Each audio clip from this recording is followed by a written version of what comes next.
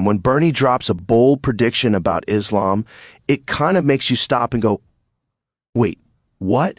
Because here's this guy who's been in politics forever, seen it all, fought for social justice, called out inequality his whole life, and now he's saying straight up that Islam is going to play a major role in shaping the future.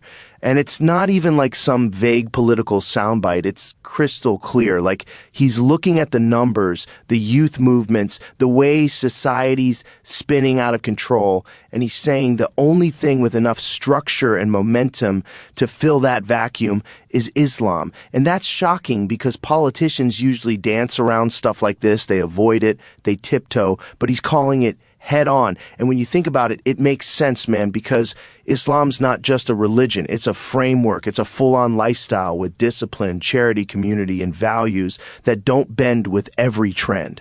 And Bernie's whole career has been about fairness, fighting for the working class, calling out corruption.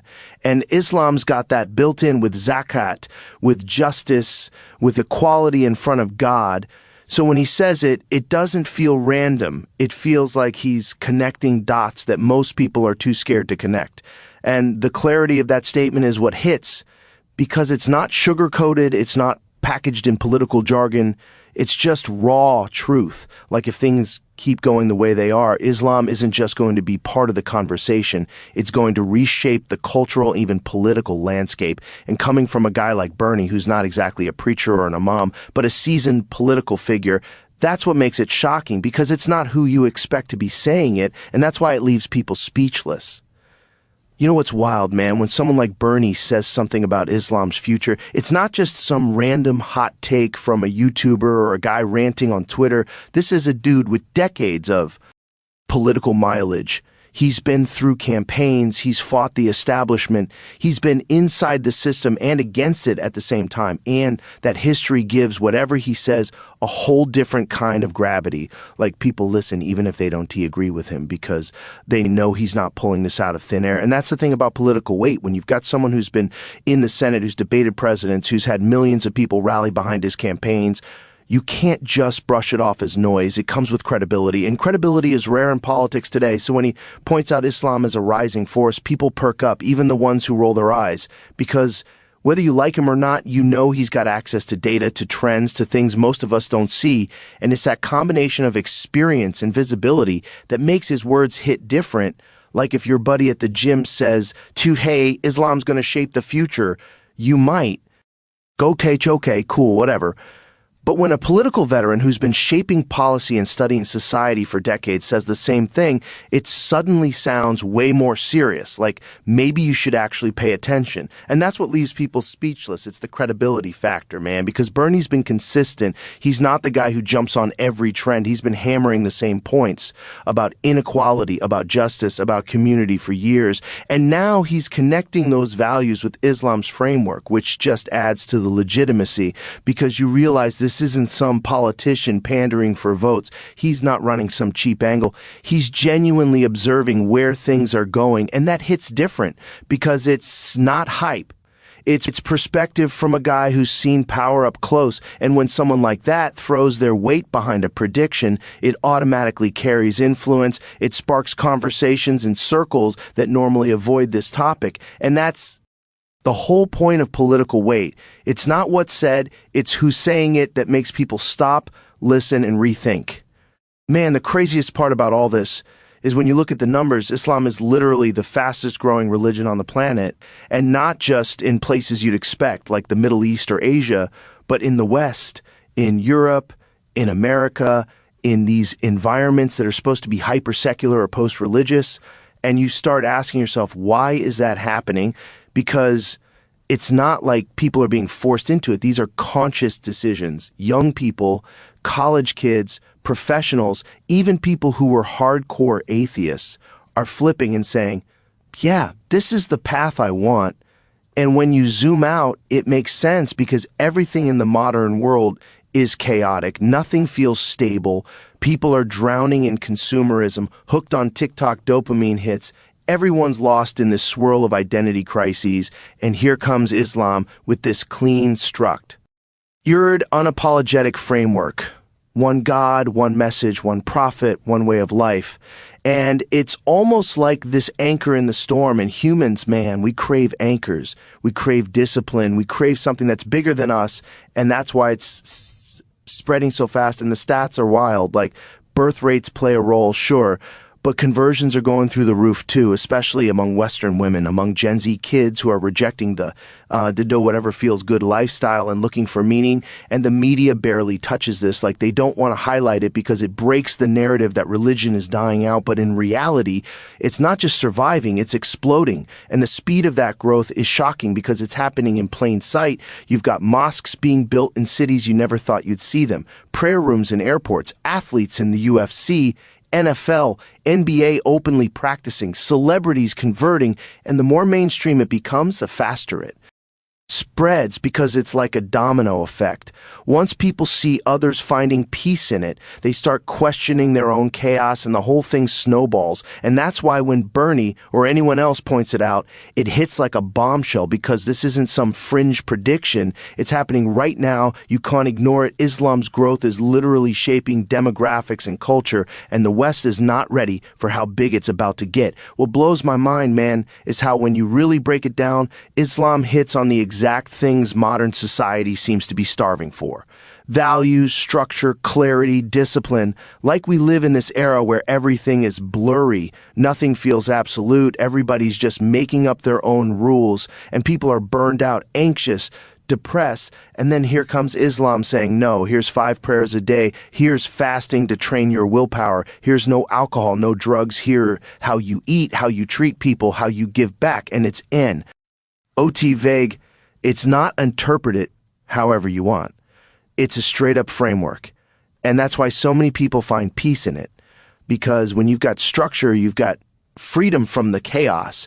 And then you layer on the whole social justice side of it, like zakat, that obligation to give to the poor, to make sure wealth isn't hoarded, to treat workers fairly, to take care of orphans and widows. And you realize, holy shit, this lines up with the stuff Bernie's been shouting about his entire career. He's been hammering corporations, calling out inequality, saying we need to build community and fairness into society.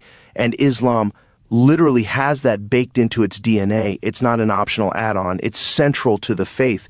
And when you look at it that way, you start to see why Bernie's bold prediction about Islam's role in the future actually makes sense. Because it's addressing 2 things the West is missing: personal discipline and collective justice. And those aren't just religious talking points, those are survival mechanisms for a society that's collapsing under greed and confusion. So when you line up Bernie's longtime advocacy for the underdog with Islam's principles of fairness, charity, and community responsibility, it doesn't feel like 2 separate worlds colliding. It feels like he's acknowledging that this tradition has the very tools people are searching for.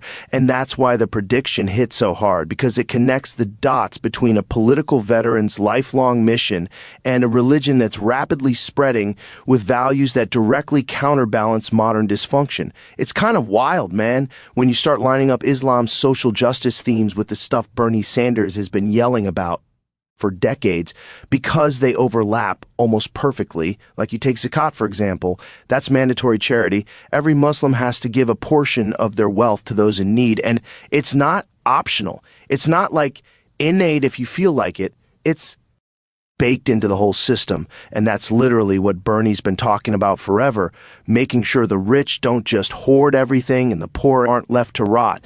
And then you look at the way Islam emphasizes fairness in trade, workers' rights, even rules against exploiting people. And it's like, dude, this is exactly the kind of society Bernie's been trying to push through politics. And you realize it's not just some spiritual thing. It's a full-on framework for building community where everyone has responsibility for everyone else, where greed isn't the driver, where community wealth and well-being is prioritized. And that's something Western society has lost, because we're in this hyper-individualistic, every man for himself culture, and people are drowning in it.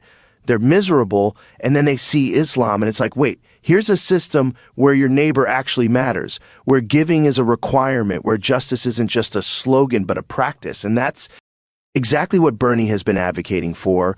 And that's why when he makes a bold prediction about Islam, it doesn't feel like pandering. It feels like recognition, like he's acknowledging that this faith has already built into it the same values he's been fighting for on the political stage, except it's more effective because it's spiritual and personal, not just policy. And that's what makes it so powerful, man, because Bernie's whole career has been about fairness, about community, about tearing down the systems that crush people. And Islam comes in with a playbook that already has solutions for greed, inequality, and corruption. And when you see those worlds overlap, it makes sense why he'd look at Islam and say this could shape the future, because it's not just religion, it's a living, breathing model for the exact social justice changes he's been trying to push through politics his entire life.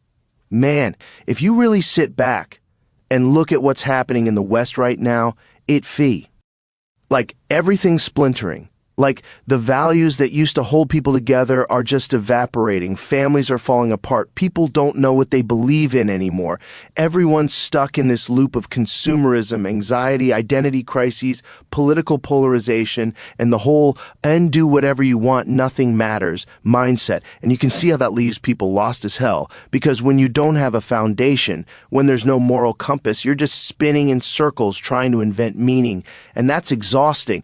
And then you look at Islam, and it's the complete opposite. It's structured, it's clear, it's consistent, and that's what makes it so attractive. Because in a world where everything's shifting and nothing feels real, Islam offers a set of principles that don't change with the latest trend or political mood.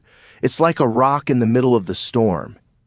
And that stability, that sense of direction, is what people are craving, even if they don't realize it.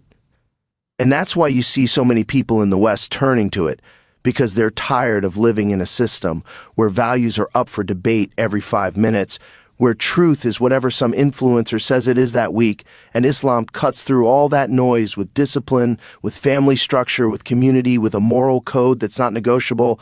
And yeah, to a Western audience that can sound rigid, but to someone drowning in chaos, that kind of clarity is liberating. It's like finally having a compass when you've been wandering lost in the desert.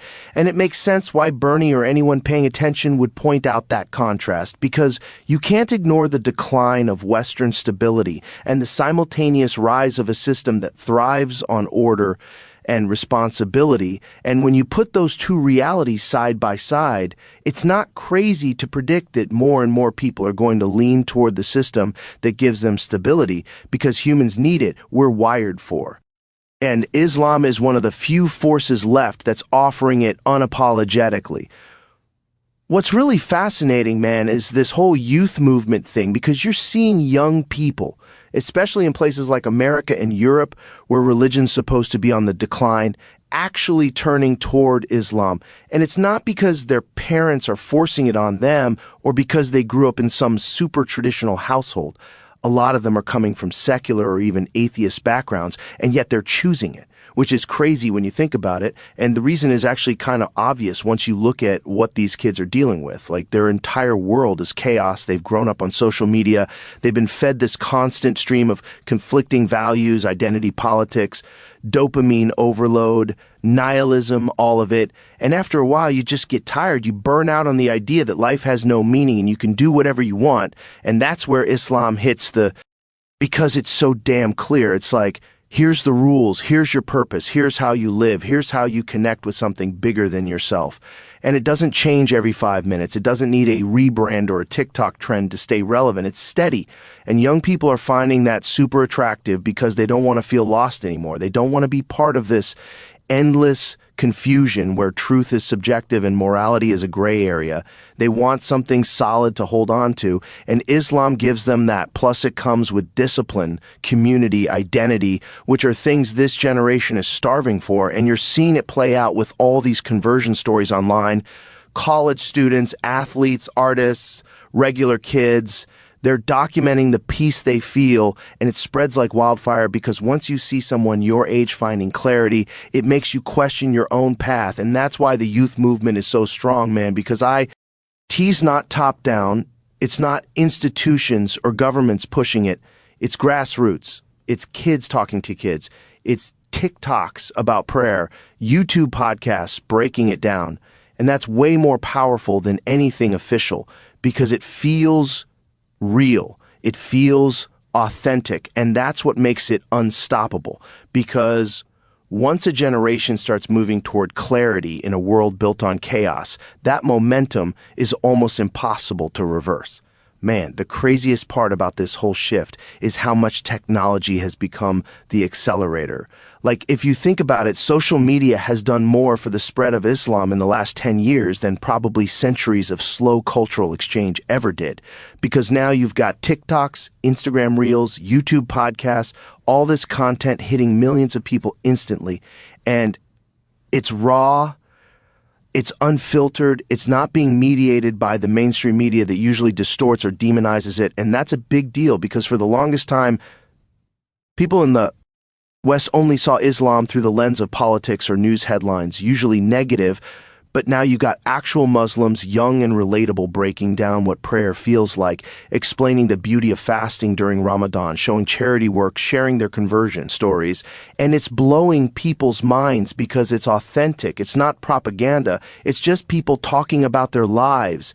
And that kind of honesty bypasses all the noise. And the crazy thing is how fast it spreads because someone makes a 1-minute video about how praying 5 times a day gave them discipline and peace. And suddenly it's got millions of views. It's stitched, it's duetted, it's reshared. And people who never even thought about Islam are suddenly curious, like, wait, what is this about? And then they start digging deeper, and that rabbit hole leads to podcasts, Quran recitations, lectures, and it all happens without gatekeepers. No one's censoring it, no one's packaging it, and that's why IT's so powerful because you can't stop it. It's decentralized, it's viral, and it's relatable as hell because you're not. Hearing it from a scholar in a robe speaking in a language you don't understand, hearing it from a 22-year-old kid who grew up just like you, who partied, who was lost, who then flipped his life around. And that hits different, man. That's why so many conversions start online now. It's not through a book or a lecture hall. It's through a clip that hits you at the right time. And in that sense, technology has become this global amplifier, bypassing all the mainstream narratives and showing people Islam for what it actually is, and that's why its growth feels unstoppable. Here's the thing, man. Mainstream recognition is like the final stamp of legitimacy in our culture because you can have millions of regular people talking about something online. You can have grassroots movements and trends bubbling up, but the second a high-profile figure, someone with actual weight and credibility, comes out and acknowledges it, suddenly the whole conversation shifts. And that's what happens when a guy like Bernie talks about Islam's role in the future. It's not just some random dude ranting on TikTok. It's a political veteran with decades of experience saying, look, this is real, this matters, and it's coming whether you're ready or not. And that has a totally different impact because people who would normally dismiss the idea or even laugh it off now have to take it seriously. Like you can't just brush it aside when it's coming from someone who's been in the thick of politics, someone who's debated presidents, written legislation, fought for movements, because when they speak, they legitimize the conversation, they make it mainstream. And that normalization is huge because for so long Islam has been framed in the West through this really negative lens tied to politics, war, extremism, all that stuff.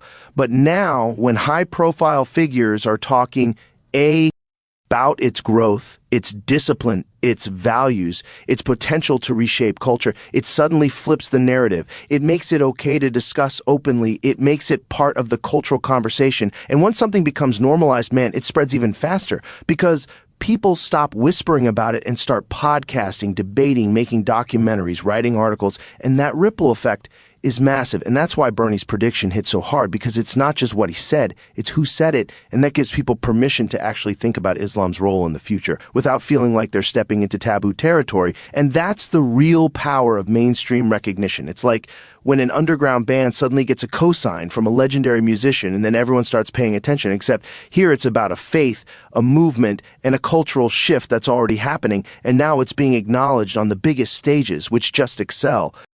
Rates everything. Dude, the shock factor in all of this is what really makes it hit, because think about it.